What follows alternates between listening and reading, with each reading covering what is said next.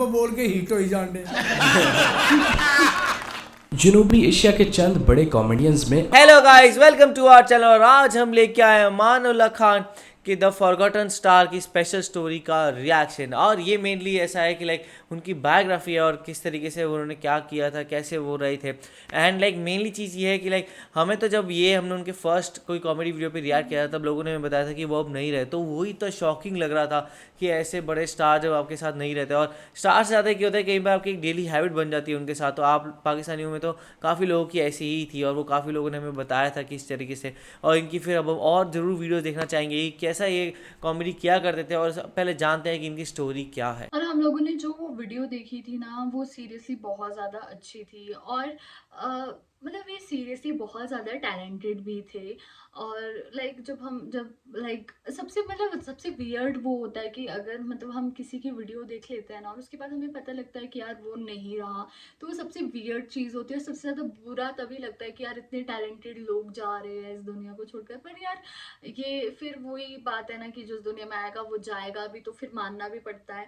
तो लेकिन हम लोगों ने हमने उनकी कॉमेडी तो देख ली, लेकिन हमने उनके बारे में कभी जाना है नहीं, स्टोरी नहीं पता हमें।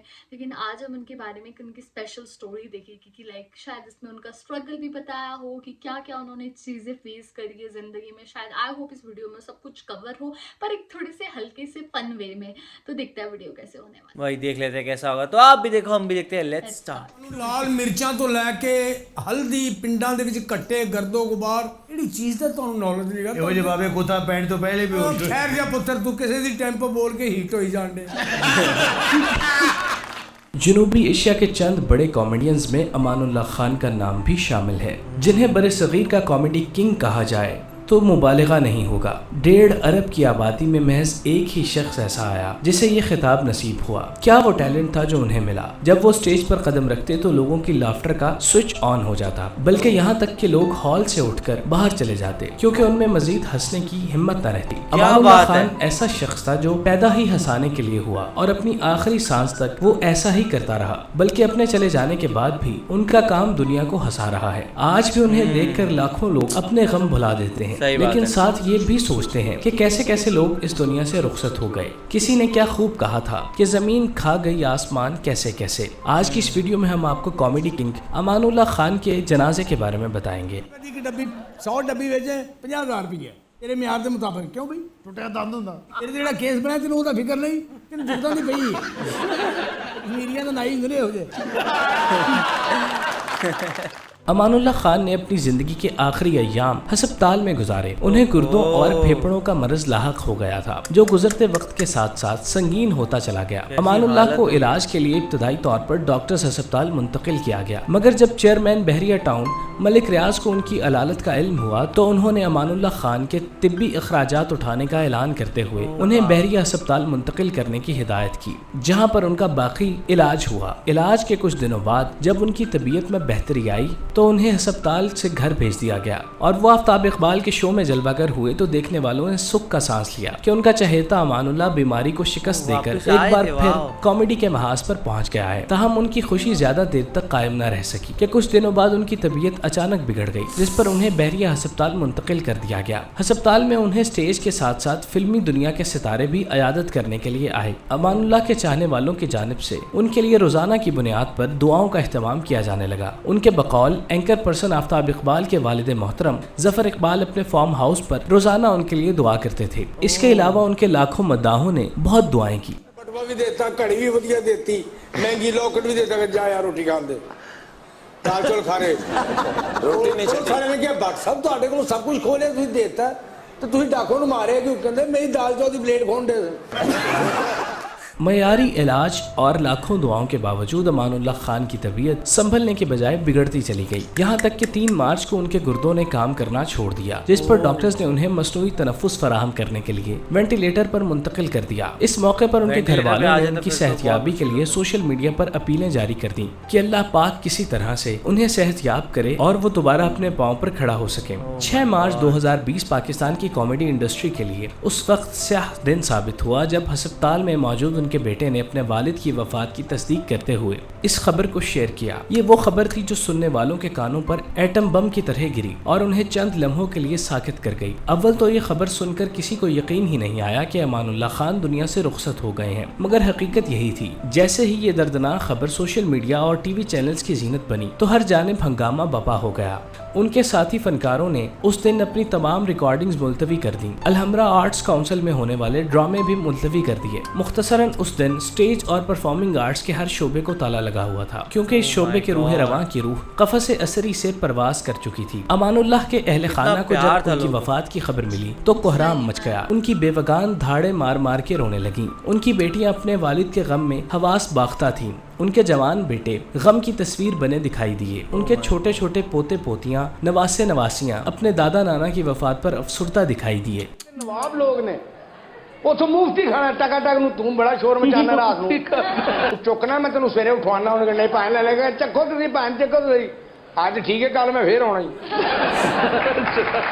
दोपहर 2 बजे जब अमानुल्लाह खान की मैयत हस्पताल से घर पहुंची तो क़यामत सुगरा बपा हो गई। उनकी बेटियां अपने वालिद की मैयत से लिपट कर रोने लगीं। उनकी बेवगान अपना सुहाग लुट जाने के गम में इस कदर डूब गईं कि उन्हें अपने इर्द गिर्द की भी खबर नहीं रही। इस मौके पर उनकी बहन की हालत नाजुक थी। उनके सर पर अमानुल्लाह का ये एहसान था कि जब उनके शौहर की वफात हुई तो अमानुल्लाह उन्हें अपने घर ले आए थे ताकि उन्हें अपने आशियाने में रख सकें। उनका बेटा अमानत, जो उनके सबसे ज्यादा करीब था और आखिरी वक्तों में सबसे ज्यादा खिदमत करने का शर्फ भी उसने हासिल किया, वो अपने वालिद की मौत पर संभाले नहीं संभल रहा था। उसकी आंखों में बहते आंसू और दिल से निकलने वाली आहो बुका इस रंजीदा माहौल को मजीद गमनाक कर रही थी। अमानत की ऐसी हालत देखकर उसे बैक वक्त 2 से 3 बंदों ने संभाला हुआ था। अमानुल्लाह की वफात पर उनके रिश्तेदारों के साथ साथ हमसाये भी गमज़दा थे। अमानुल्लाह के नमाज जनाजा का पहला ऐलान नमाज असर के बाद किया गया। ताहम कुछ इख्तलाफात के बाद वक्त तब्दील करके बाद नमाज मगरिब तय पाया। अमानुल्लाह का नमाज जनाजा उनकी रिहाइश गाह लाहौर पैरागॉन सोसाइटी में वाक़िया मस्जिद में अदा किया गया,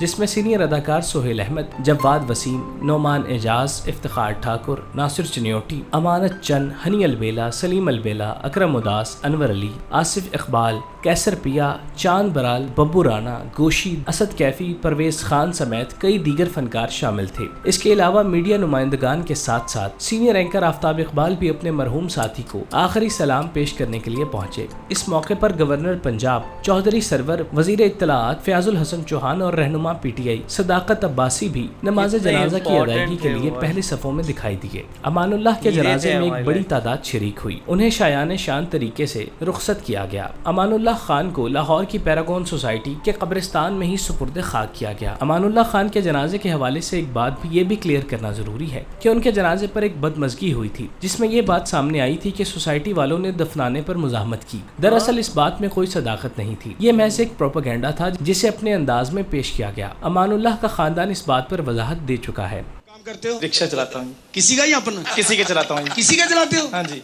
तुझे कोई बीमारी नहीं, चलो भागो। मुझे जो बीमारी है पेट की जैसे, तो मैं परहेज क्या करूँ? कोई परहेज नहीं करना, तेरे पास ही कुछ नहीं है, क्या परहेज करेगा?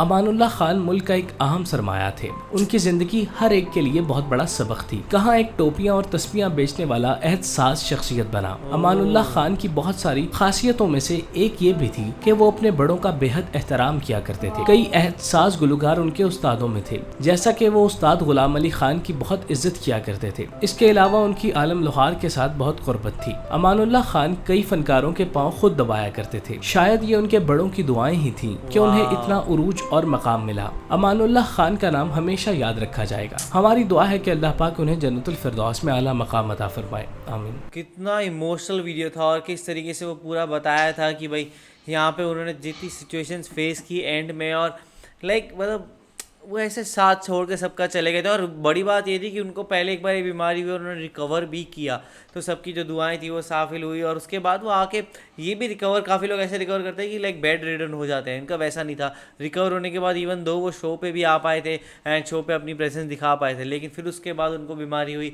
एंड फिर सबको शायद अंदाज़ा हो गया था कि अब बचना बहुत ज़्यादा मुश्किल है, क्योंकि ये बीमारी जब वैसे बार बार आती है तो प्रॉब्लम हो ही जाता है।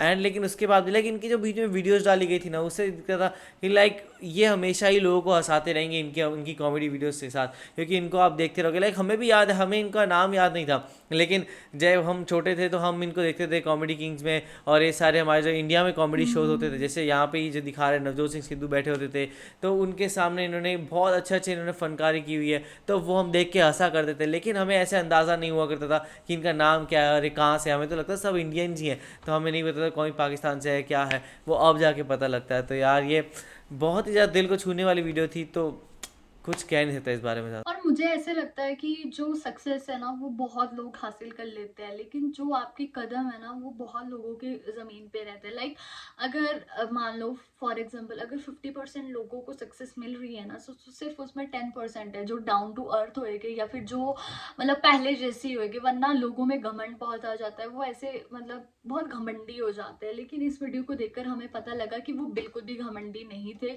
वो इवन अपने बड़ों का इतना आदर करते थे कि मतलब इतना बड़ा है ना, एक एक्टर होने के बाद भी वो अपने बड़ों के पैर छूते थे और कभी कभी दबाते भी थे, तो वो अपने में बहुत बड़ी बात होती है। और जब उनका बेसिकली वो बीमार थे, जैसे पार्वम ने कहा कि सबको होप हो गई थी कि वो ठीक हो गए, और जबकि वो आए भी, लेकिन फिर भी जो कहता है ना कि मौत पर किसी का बस नहीं रहता, लेकिन उनको जाना ही था। लोगों ने उनके लिए बहुत ज़्यादा प्रे करी, सब कुछ करा, लेकिन फिर वो उनकी तबीयत खराब हो गई और इस दुनिया में नहीं रहे। और ऑब्वियस सी बात है यार, फैमिली पर तो बुरा होना ही था, आप किसी के साथ इतना टाइम से रहोगे तो ऑब्वियस सी बात है होएगा ही है।